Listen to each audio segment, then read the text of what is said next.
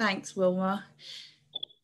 I don't want to talk too much about the celebrating communities, because James, this is your show today, really, James and Paula. So, I mean, we do have a website where we've got a lot of the information about our story. I'll give a kind of a little brief overview. So we wanted to set up the project to build on all of the community activity that had happened over lockdown and all of the support that people were giving to each other.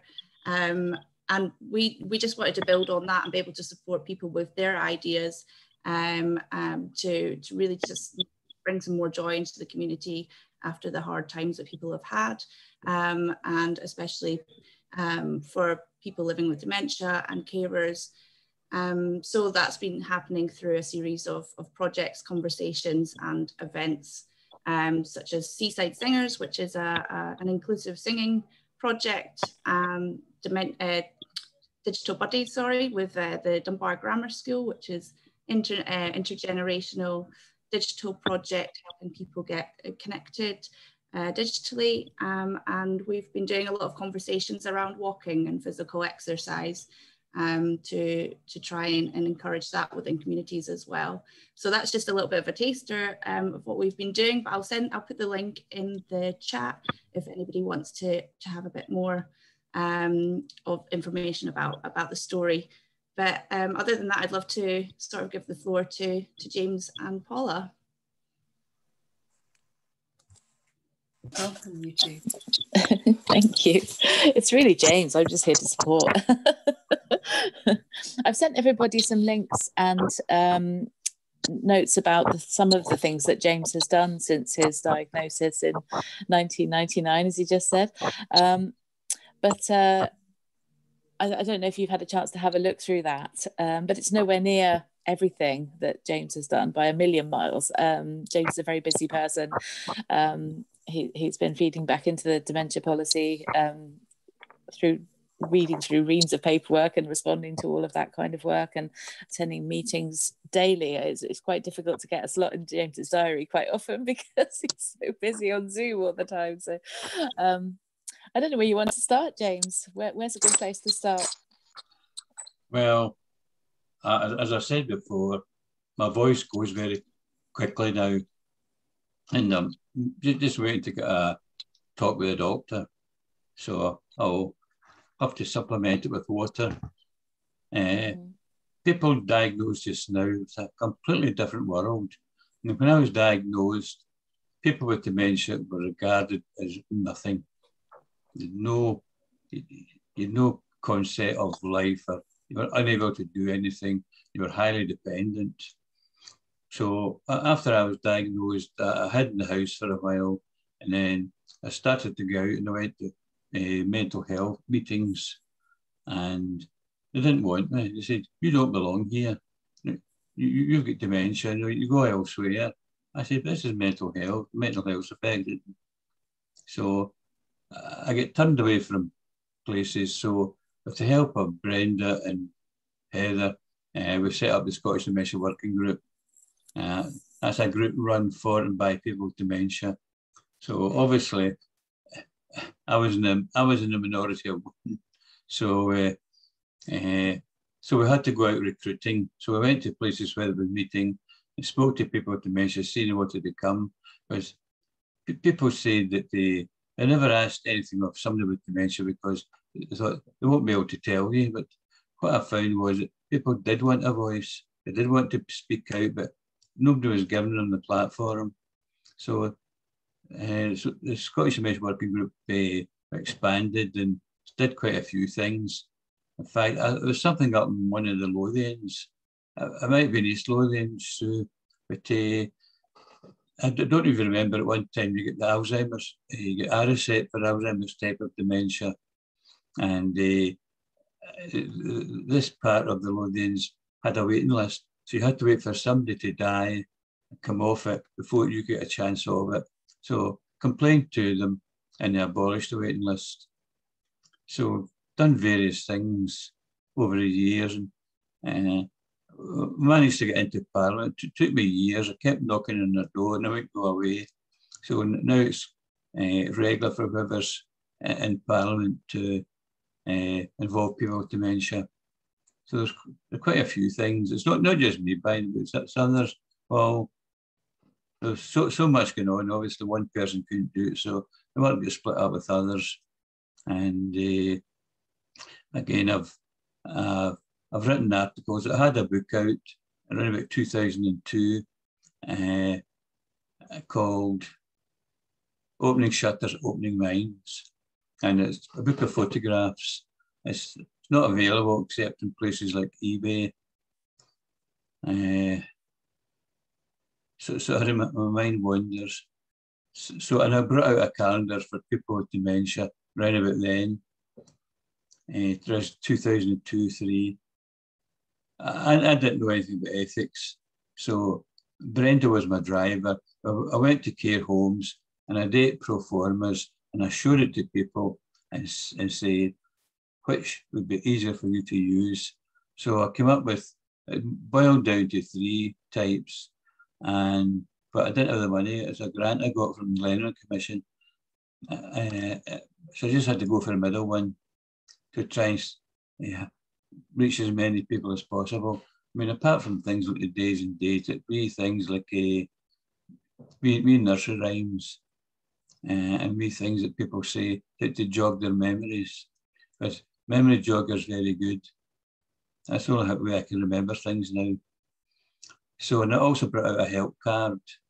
I was going into shops and maybe say 79 pence, and I'd hand over money and they'd look at me and say, 79 pence, and I'd hand over more. I couldn't count 79 pence, even though I'd worked in a bank. So the problem was that when I looked at a coin, I had to take time to recognise that, oh, that's a 20 pence. I looked at the next coin, I forgot what the first coin was, so I couldn't add up. So I started using pound coins so that I would give them more and I would get change. I never attempted to, sorry, I just get me blanks, but that's normal. I remember going in a bus one and the driver said, whoosh, whoosh, you're putting too much money in. You just couldn't count money. And I know in recent years when I got a bus pass, I got onto a bus and said to the driver, I don't know where I'm going. They usually give me a ticket and just sit down. Then I got off when I recognise where I'm going. So you can have lots of trouble. And again, you don't like doing it in front of people because it can be embarrassing. You know, a grown man and you can't add 2 and 2. So, and you can't remember the name of things. That's why I used to go just to certain shops. People knew my illness and I usually bought the same thing. At the start of a point, I want one of those. And then as they began to get to know you, they knew what you wanted without having to ask. So the help card's still in use. There's a NHS booklet. Can't remember the title, but the help card's at the very back page. So it's been very useful. Excuse me a second. So James, did you find the card useful when you started to use it? Yes. Well, I was up in Edinburgh one day and got on the bus. I was with a support worker. I think she went in front of me. And so I got on and took my backpack off and the driver shouted, hey, you've got to pay your fare in this bus. And I was looking around, see who was talking and he was glaring at me. So I took my card, my help card, up to him and showed him. I says, is there a problem? And he said, aye, son, you need a ticket for a bus. So out with my pass. But I just completely forgot, I just walked on. And so there's other times I've used it. In fact, one time there's a lady had a wee dog and she's out a walk and a big dog savaged it. So she went to a vet and she couldn't really explain. So she showed the card to the vet and so he took his time finding out what the matter was with the dog, and he gave her a discount as well. So the hidden bonus. So I mean, there's so many things we could talk about, and but I was saying to several first that we brought three of us brought out a book around about 2002 called "Don't Make the Journey Alone." It's out of print now, and obviously things have changed a lot. But at that time, I think the world first, people with dementia bringing out a book. So. And there'll be other books. As I said, I think I told you I brought out a book of photographs, opening shutters, opening minds, and I've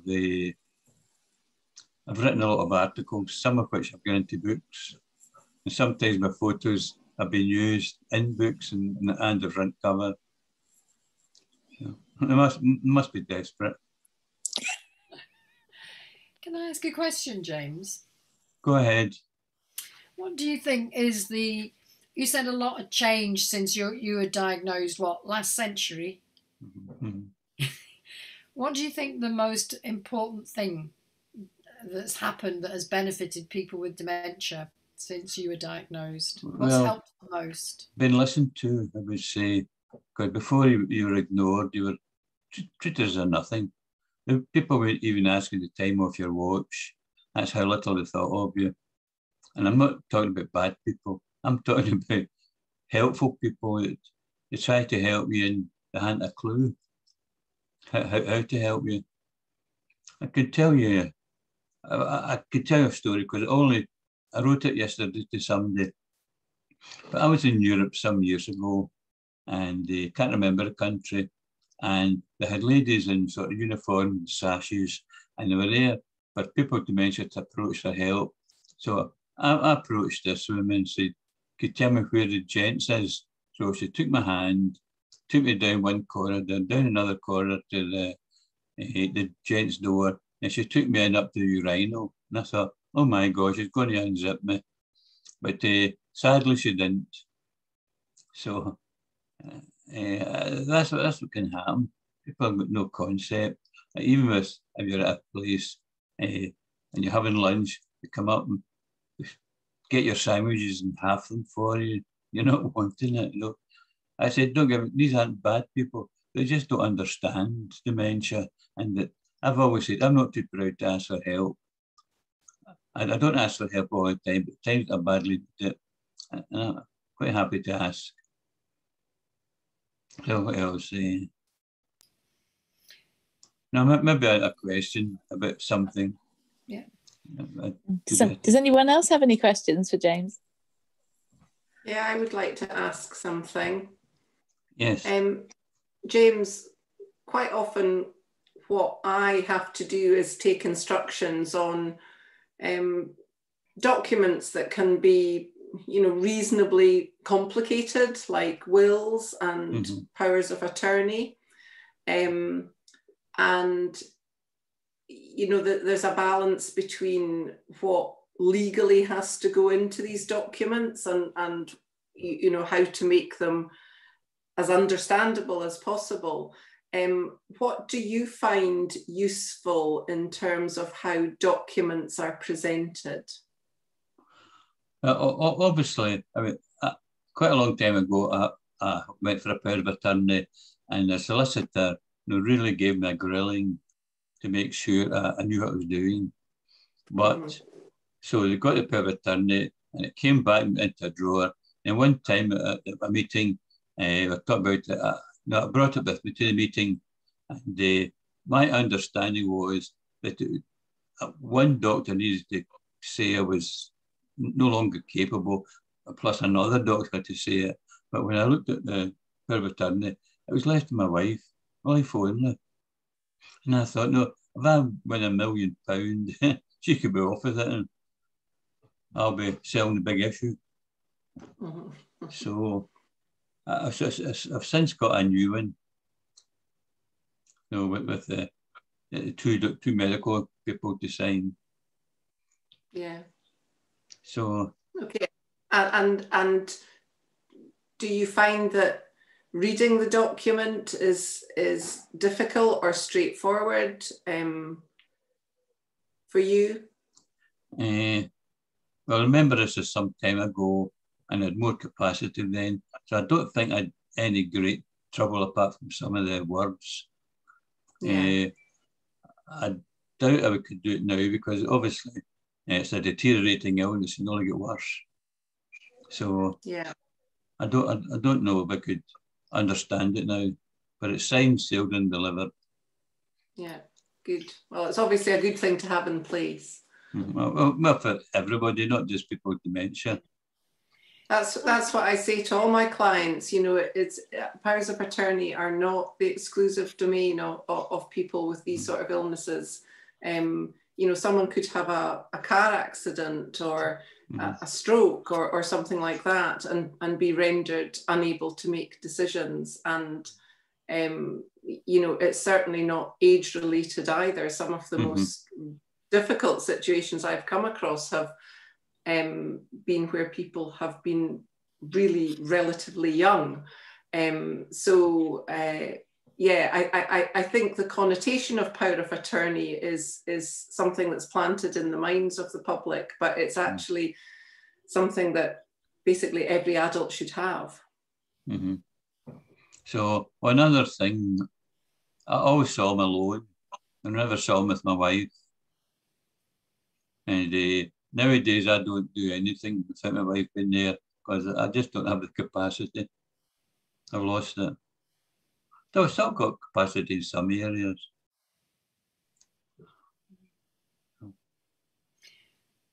But again, one thing I found, don't glorify dementia because quite a lot of people are having a good life with it. And it seems, you know, come and join us, it's a great life. It's not, but you can make the best of it and keep your spirits up and keep a sense of humour. So I say some people wear it like a badge of honour, but it's not. Don't get me wrong, I would rather have had dementia than terminal cancer because I've got no friends.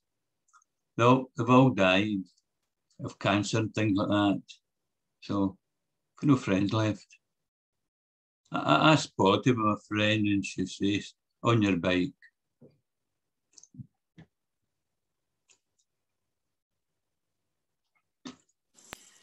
But I suppose one of the things to think about dementia, James, is that everybody's different. You're an absolutely excellent proofreader, James. I mean, there's been so many government documents and policy documents that you've been through and booklets that are at the final proofing stage that everyone else has looked at, and James is the one that finds the detail in the typos and the way that things are spelled. So I just, you know, James is absolutely excellent at proofreading. It's sort of one of his superpowers, really. But you know, somebody else might really struggle with reading text. So I think that comes from songwriting because the words have got to match the notes and you've got to be very careful. So sometimes you might find a good word but it doesn't fit in the line. So that's why I think it comes from that. Just be careful to read every word and explain it. Say, for example, I was at a music thing by Zoom a week or so ago, and they made up a poem about water rushing by, and then the rest of the song was nice and calm and peaceful, relaxing. And I said, well, rushing doesn't seem to fit in there. No, the whole song's about serenity. So they changed it to flowing. So words are very important, as Dorothy will know. And some people find it easier to hear words, don't they, James? So, you know, maybe a spoken version of the key points in documents might be helpful for some people. And sort of, you know, the larger text is better for some people. The contrast of black text on yellow is really good for some people. But it's about personalization, really, I think, because each person's going to have a slightly different issue. I think that's right. And I think what's interesting is, you know, James, you obviously have a very keen sense of, you know, where your capacity lies, and you know that it's changed. And, you know, sometimes when I meet people perhaps who are a little bit earlier on the journey, there isn't that same recognition from them. And I think that's where, you know, my judgment is sometimes more challenged. I suspect if I had a meeting with you, I would know exactly, you know, what your position was and what you understood and what you told me you didn't understand. But I think for a lot of people, the sort of social front, if you want, that they put up can sometimes be a barrier to you know, to get to understand what their understanding is very quickly, which, you know, I get around that by having more than one, sometimes several meetings with them to make sure that I'm happy that, you know, they do understand and give opportunities to ask questions. But thanks for your insight. That's been really interesting. I'm not trying to teach my granny to suck eggs, but quite often the time of day is important. That yeah, you could maybe do a test in the morning and pass it. Maybe 3 o'clock in the afternoon, you're struggling. So the time of day, what you've been doing.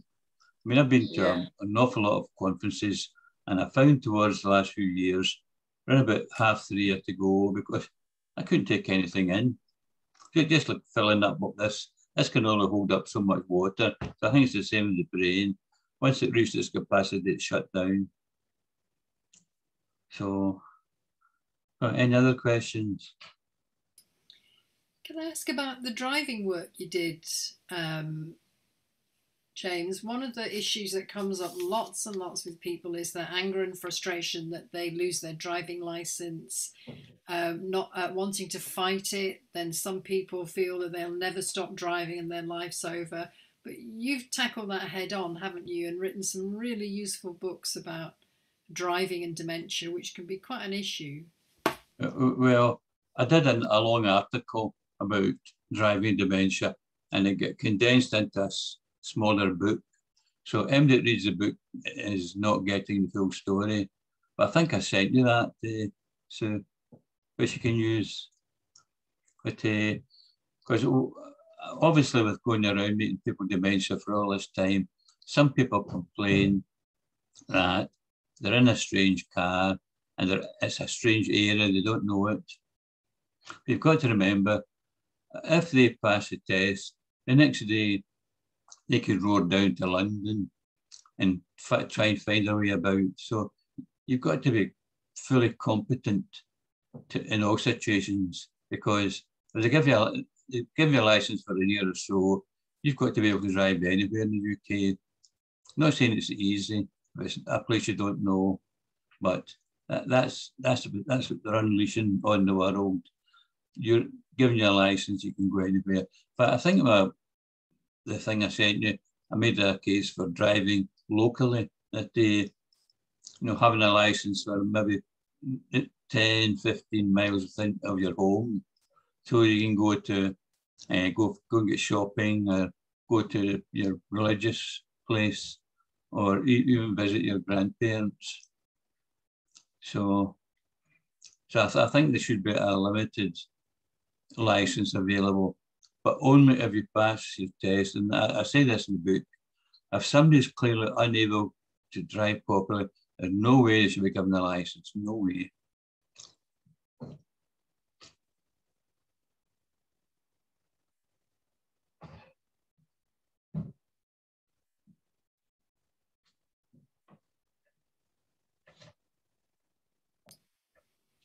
I just say one of my favourite experience with James was when sorry, James.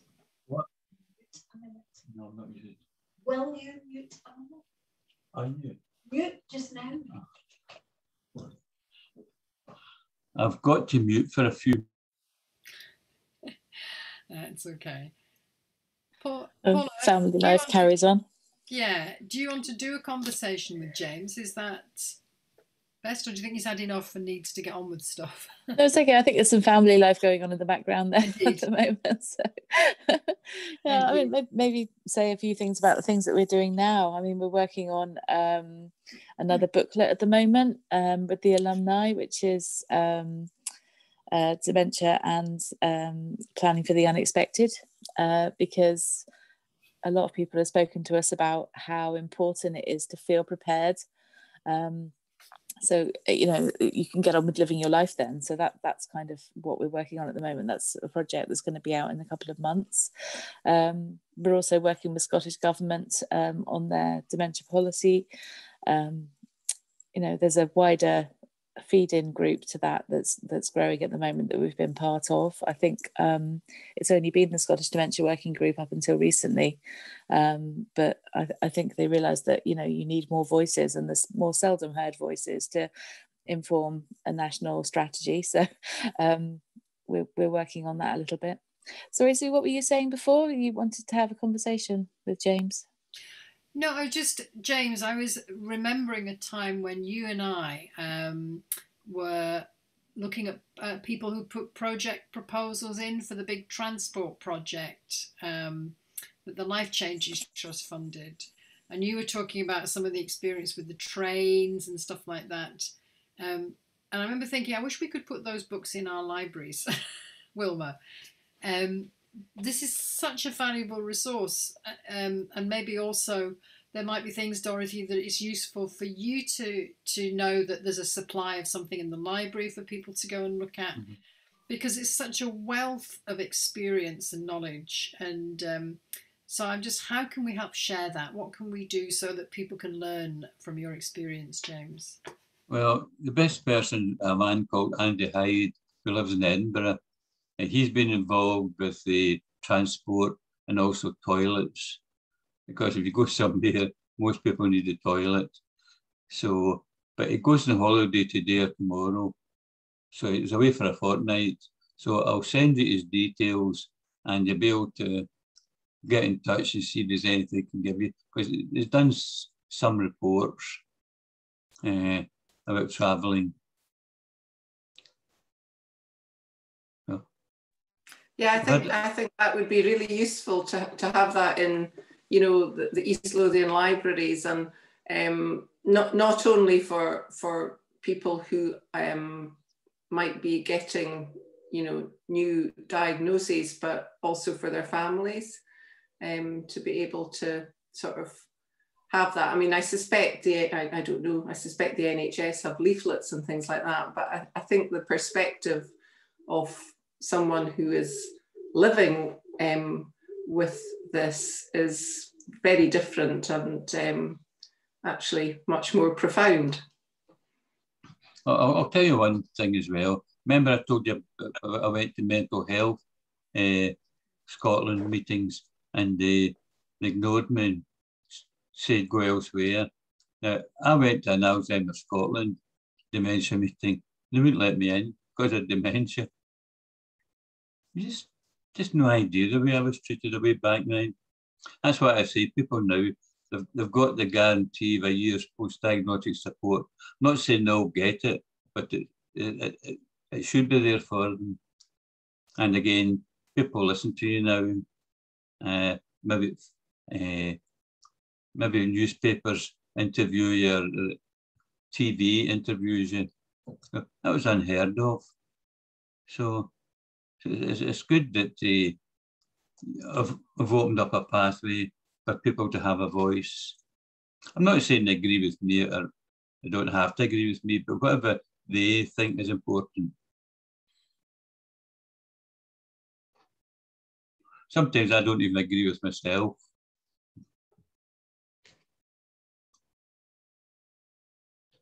Well, maybe we could get a chat with Paula, and we've met Andy. Andy's come to help us a few times. I've not seen him for ages. And look at, as we're looking at how information is passed around and shared over the next few months, we'll be doing a lot of that, to integrate your work, James, into this, and make sure we do that.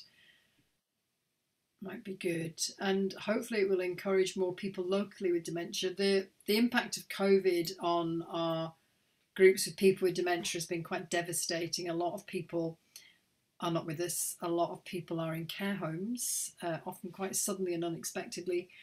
And a lot of people are still a little bit frightened to go out. But the groups are beginning to start, and like some hardy perennials in a trashed garden, they are coming through and blossoming. So I'm beginning to get a bit more hopeful, James, that we will soon have more folks locally who will want to talk out and maybe talk to a group of folks in the library about something, or, you know, and I think I know people will be very inspired by you and your stories. And there is one thing I should have made clear. Andy Hyde, it doesn't do exclusively dementia. It's people who are blind and people who are in wheelchairs and other sorts of problems. It's for any member of the public needing help to access public transport.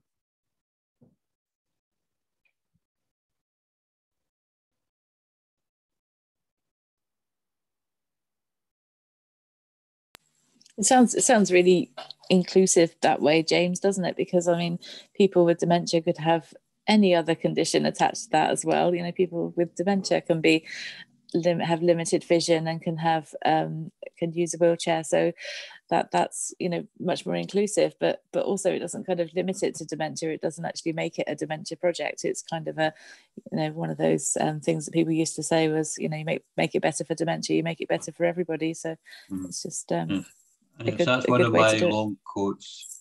Is that yours? I'm quoting you at you without even realising it. It's been regurgitated several times. But as I said, an awful lot of things did around about 2002 and 3, you know. I've just been discovered now. But by the way, I've got other articles that are unpublished of MD's interests, so you don't have to say now, but you could discuss it. Say, for example, risk-taking.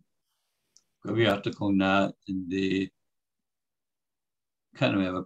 I've got others, just can't remember them offhand just now. I'm not surprised you've got a back catalogue bigger than the Beatles and the Rolling Stones put together. No. No, that'd be great. It'd be lovely to have that in one place. And Paula, you've sent us some of them, and we're going to pull everything together to go out with the recording as well. So we can put those in, and we'll have a look about where best to put them. So, of course, you've got to remember that what I say is not omnipotent. It's my opinion only, and people can accept it or reject it. I don't mind, because, as Paula said, we're all individuals, we're all different. They all respect us differently. So if I send anything, it's what I think. That's absolutely great. Gosh. So much stuff, so much experience. And that book you held up, Dementia Friendly Communities, was 2001? No, it's not a book, it's a videotape. A video. Have we learnt anything since then? Have we learnt anything? It's almost its anniversary, isn't it? It's nearly 2021 this year. Yeah. It's 20 years old. 20 years. Happy But do you think things just take a long time? You think things take a long time? Is that why it is? Well, things just take so long to change. Well, I can tell you a wee story here.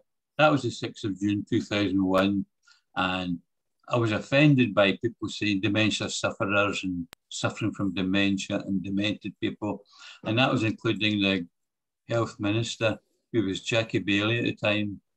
So on the 10th of June, 4 days later, I wrote an article decrying that, and over those 20 years, if I saw it in a newspaper, I wrote to them, and for 19 years, I never got an acknowledgement, never got a reply, until January 2020, just before COVID.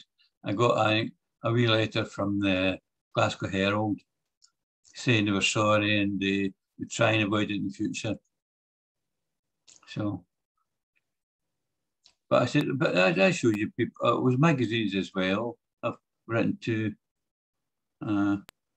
because I was thinking of Sally Magnuson. I don't know if you've read her book about caring for her mother.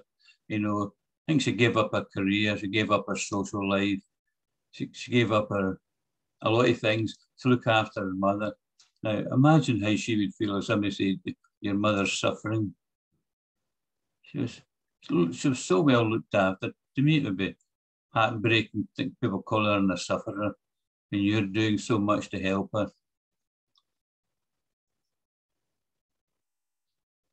Yeah, it's interesting how the language changes. They used to talk about rape victims. We used to talk about all kinds of things that are just not acceptable anymore. And you've been part of challenging how people speak, but also how people think, James.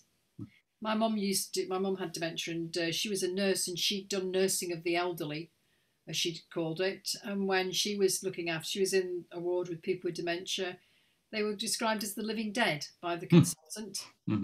I'm not joking. They used to say, don't bother talking to the person, only worry about the carers. There's no point. And so she was very scared when she got dementia, because that was her experience of what happened to you. And it breaks my heart to think we did that to people in those days. It's not that long ago. Can I just say, Sue, my mum was a nurse that worked with elderly as well. And like I was interested in what James said about not being scared of dementia, more scared of cancer.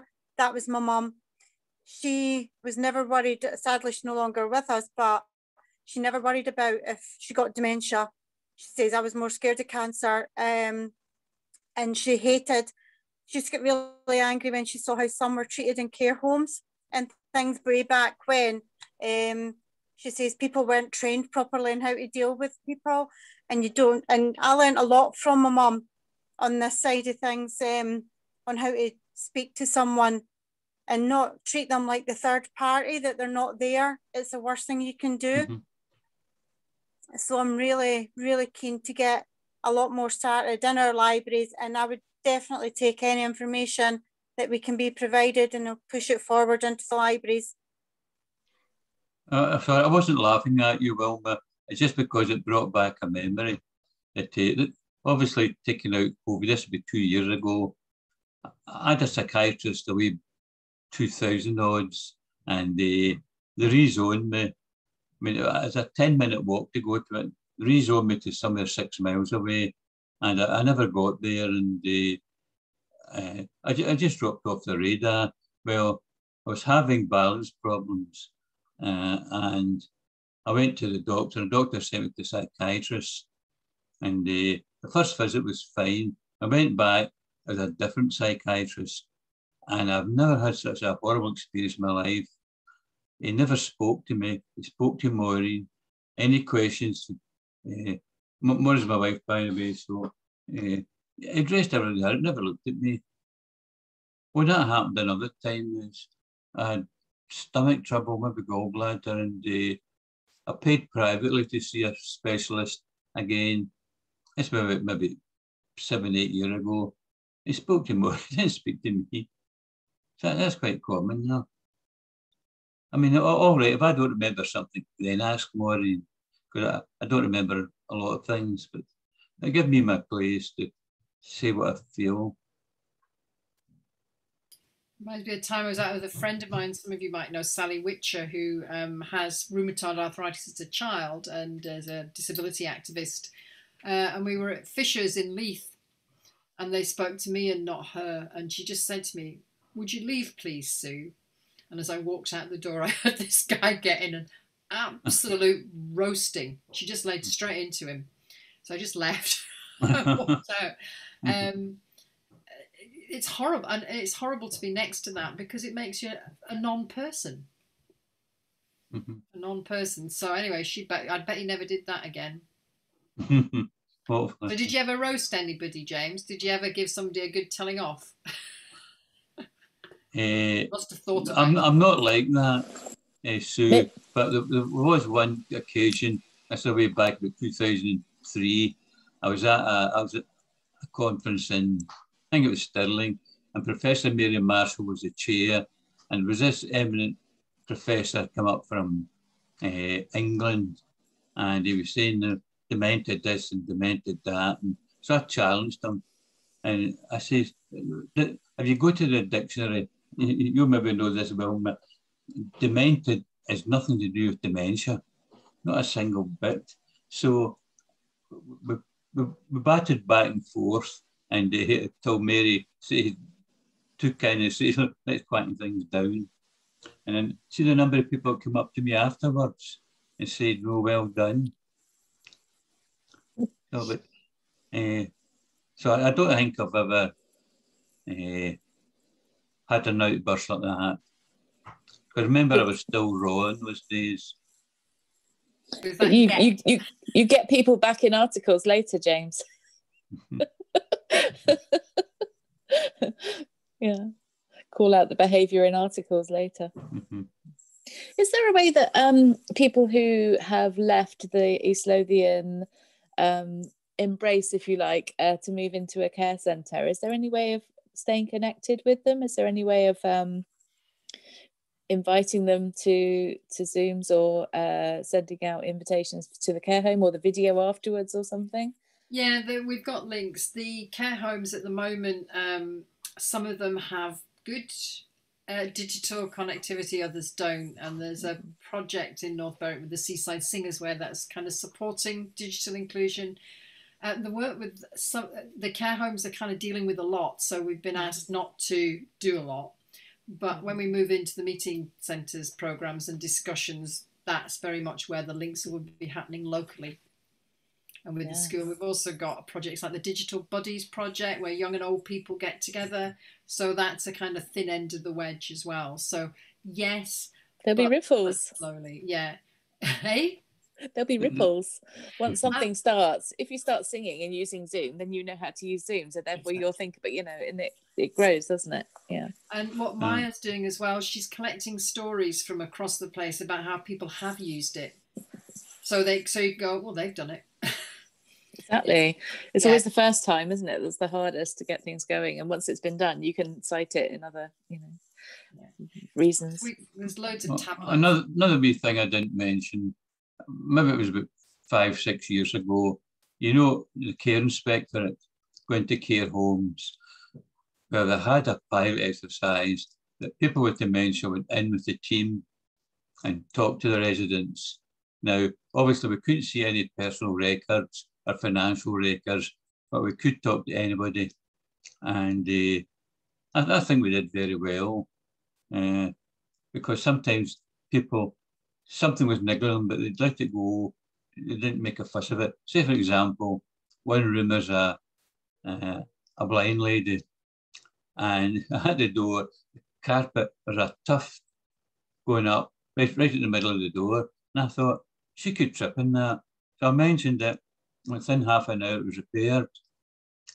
Another time, there was a step down into a conservatory or something. And at one time, it was a red stair. One time, it had been painted white. But the white had all worn away. So I said, why don't you paint it white again? But it will help people. Another one, there was a spray within reach. I said, what is that for? And I can't remember what it was for. I said, but somebody could pick that up out of curiosity and press it and get sprayed in their eyes. So I know my mother would have done it. She would maybe have picked it up and started polishing something. So I think they were happy with it, but I don't. Well, I haven't been asked back. But so it shows how you can look through a different eye. Me, it's more practical living, things that I know could affect me. And I think there's been a loss. That's one of the many things we've lost, is that progress where people with dementia were being involved with going into the care homes, doing that kind of inspection stuff, having a voice at groups and committees and all the rest of it. And some of it is Zoom, some of it's everywhere closing in. But yeah, I mean, we had a lovely project where we'd got a sort of, it's a memory board done with a local designer to help people when they moved into care homes with the family to come together and create a work of art that was captured their memories and with things. And we did it a couple of times, but nobody really took it on. But that would have been such a lovely project to have had handy during this time, because I know people have gone through a lot of pain over that transition. So we're hoping over the next while that we will get right back to people and their experiences all the way through, and how we support people, and that brings the care homes back in again. Don't get me wrong, I'm not saying I could get into care home and see everything. These were more health and safety issues. I think I saw, say for example, there was an electrical box, it was jammed with a bit of cardboard. And I said, well, somebody could pull that open. Yeah. You know, again, before you left, it was locked, properly locked. Yeah. So I quite enjoyed it because I spoke to a lot of people with a great history. Yeah. I really enjoyed it. You weren't paid, of course, but not that I wanted paid, but I think meeting people, getting a bit of life history was reward enough. Yeah. Sorry, Dorothy, you were going to say something. I just wanted to apologise. I didn't realise that when a messenger audio call came in, it would cut me off. So yeah, it was my son. So I'm sorry if that interrupted anything, but I'm back. We didn't even notice you were gone. Oh, that's good. That's good. So, any other burning questions? I mean, I'm not a world expert in dementia. Everything's just sort of a personal thing. It's just been great, James. I love seeing you. I love being in your company. It's a shame it's not real and we can't be in the same room, but thank you for just touching my heart as well as my head. You know, it's just great. Did I tell you the story about the lady in the toilet? Did I? I can't remember. You did tell us one story. Oh, go on. How many stories have you got about ladies and toilets? No, I just about asked a lady and she took me to the toilet. I think I may have said it, but I can never remember. And there was another thing. Oh, yes. I went to the hospital and I was going to the urology department. And what happened was he found out where you were, and there were ribbons, coloured ribbons, right round the walls. So you followed your colour, you arrived at your place. But I came to a crossroads, and while I was looking round to see where my colour was, I forgot my colour. So I asked a passing nurse, where's the urology? I said, I've got dementia and I'm not good at directions. So she took my hand and took me to neurology. So instead of urology, she took me to neurology. She took my hand. I mean, don't get me wrong, these people are helpful, they're lovely, but they just don't know about dementia. See a number of people's hands I've held. Yeah. It's not all bad then, eh? No. I think what I mean, you said that all of this is your personal point of view, and that's, you know, completely accepted. But I think for me the point is it's personal for everybody. It's and everybody's experience of this will be different. Just like anyone with any other disease or any other position in life will have a different worldview. And I think it's really important that, you know, within this big umbrella of what we're discussing, that, you know, we recognise that, you know, there isn't one size which fits all. So it's a fascinating subject, and it really takes years to get to understand it. No disrespect to MD. Now, over the years and countries, I've heard people get dementia training, but I've never found out what that is. There's no national training. And when I was bringing out my calendar, as I told you, I went around day centres and I said, no, well, what do you do for your people? Oh, we'll look after them very well. We'll make sure they're warm, make sure they're fed and water. And they're all sitting around a room, looking at a spot in the middle of the floor. No conversation. So forget what I was going to say, so that's common. So people didn't get asked at the time, what do you want? I'll give you another example. My mother was in a care home. She had the Alzheimer's type of dementia. And I'd go and visit her on Saturday. And the girl with the tea trolley came in and says, "You want a cup of tea, Mary?" And of course, being hot, she said, "Oh, yes." But if I said, "Do you want a cup of tea or a cup of coffee?" she'd have chosen coffee. That's what she drank at home. You know, you've got to watch how you ask questions. So she did want a cup of tea, but she would have preferred coffee. Just simple things like that. Mm-hmm. You know, it worries me that people just get used to putting up with that. You know, but they don't have capacity, no. with due respect. So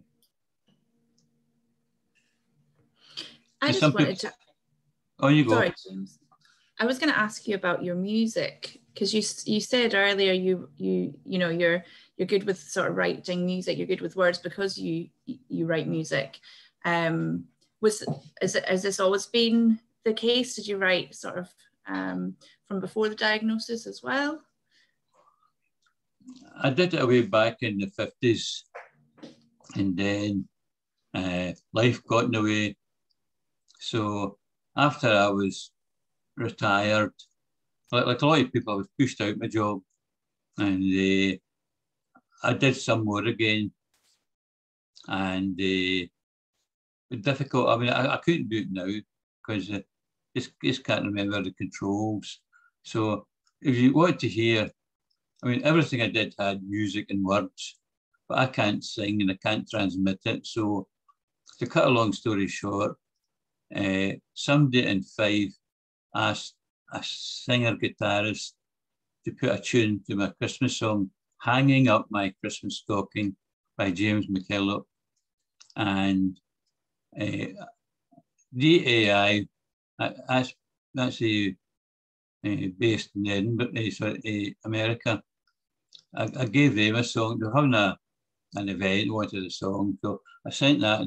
A man over there put his music to it. Ballad of a Carer by Kevin Badel, Badel.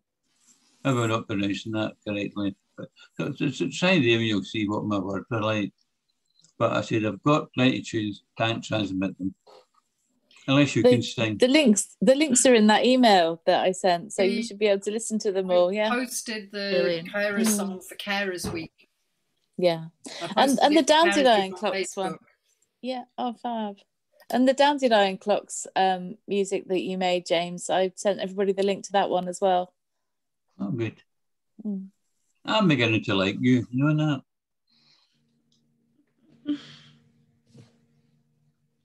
Well, that's another thing. I mean, over 20 years, I've met an awful lot of people with dementia. And what I've found is the ones with a sense of humour seem to go on longer. You know, dementia is not a laughing matter. It's a deadly illness, but if you can keep a sense of humour and laugh at yourself and other things that you do, you know, I think you have a better chance of keeping better for longer. I think it works for most things, that. And it's a gift, isn't it? Are you a singer, Maya? No, you don't want to hear me sing. I used to do it for music. We had to pick 2 instruments, and I picked piano, and for my second, I picked singing. And my mum did not enjoy it for those 6 months that I was practicing every day. Oh, well, so. I would love to be able to hold a tune. That's why I can't get in, because I just can't sing modern songs. I think everybody can sing, though. It just depends if other people want to listen. Oh, you can sing now. I'll unplug. Oh, that was great. Well, thank you ever so much for coming. Oh, it's a pleasure. So, I hope I've helped somebody. I've helped in a way, but I'm very happy. you always do, James. Yeah, that was great. Thanks very much. I mean, I remember there's hundreds of wee anecdotes, if I could remember them over the years. But going back, when I was diagnosed, you were a big nothing. People didn't think you had any insight. They didn't consult you or ask you anything. So, whereas now, look at the difference. I mean, dementia's right to the fore. Unfortunately, COVID has put it in the back burner. So I don't know what's going to happen once it opens up again. I'm sure we can use some of that to make things better, though, James. We always look forward optimistically. And I was just chatting with the policy officer for dementia this morning on email and saying that maybe there are more creative ways for people to be involved in the strategy meetings. Maybe we could use video recordings and that kind of thing. Mm-hmm. So I'm sure that wouldn't have even been considered before COVID. So I'm hoping that whatever comes from this can be really positive. And if we can help working locally, just ask Paula. We should get that copied, Paula. Yeah. And let's just compare how we are 20 years on. That's a project in itself, isn't it? 2001 to 2021. But one of the things we learned, and one of the reasons why we did the Celebrating Communities project, was that even in East Lothian, I was useless. We were useless outside our own communities because you had to be in that place. You had to be able to talk to people face to face, make sure people had food, blah, blah, blah. And so we're working much more now with communities and neighbours of people and helping people link to their direct community. So that's how you link to people, and that's where you need to involve people, not bringing people in to Edinburgh or even onto Zoom, but going to where people are and being the places where people are. So I think there'll be a big movement to all that kind of approaches. So if we can help by bringing some of that local perspective and views up, they'll be going into the libraries. The libraries met loads of people. The resilience teams met loads of people. Those new volunteers and neighbours all knowing each other. A lot more volunteers out there. I think through COVID, when I was working with the shielding calls and things to people, we know there's a lot more volunteers and they're still interested in volunteering. So it's just capturing them at the right time as well. And definitely with the libraries, we done outreach to care homes and daycare centres. And we took Bookbug, and Bookbug is amazing. We done a lot of old rhymes, and I done one in a daycare centre. And the manager came up to me afterwards, and there was a gentleman that had never engaged with anything till I started singing the old nursery rhymes, and his foot was going and he joined in. So we want to get more of that out there. Yeah, I think singing is a great thing in music. I know my father-in-law, though recently diagnosed, he's always got his music home, likes his music, likes his sport, and they are the two things that are really keeping him going just now. The football, huge. Maybe not at the moment. Yeah, but it's a blessing for him at the moment because he goes to games, but because he's not able to see it on the telly, it's great for him because he wasn't engaging with the television for a while. Yeah. Well, I've just remembered another story. I don't go to church. My wife goes, and she's got a new minister, and he was asking about the congregation. And somebody said to him, don't go and visit that lady. She's got dementia. She won't remember you've been there.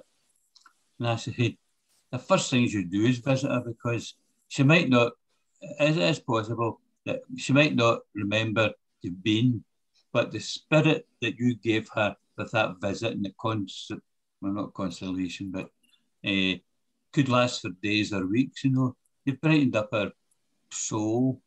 So certainly do not stop going to them. I said they might not remember, but they'll feel good for so long. Yeah.